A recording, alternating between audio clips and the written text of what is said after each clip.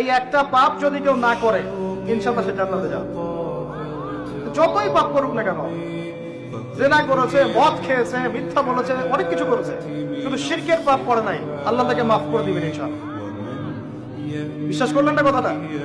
নবীজি বলেছেন এই উম্মতের যে কোনো ব্যক্তি যতই পাপ করুক না কেন আল্লাহ পাক সমস্ত পাপ মাফ করতে পারেন, কিন্তু শিরকের গুনাহ আল্লাহ পাক মাফ করবেন।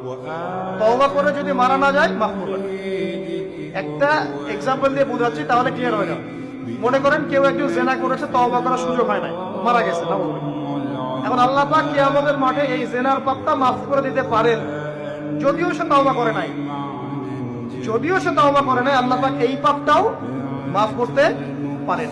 কিন্তু একজন ব্যক্তি শিরক করেছে, তওবা করে নাই, কিন্তু এই অবস্থায় যদি কাল কিয়ামতের মাঠে আল্লাহর সাথে সাক্ষাৎ করে, আল্লাহ তার গুনাহ মাফ করবেন।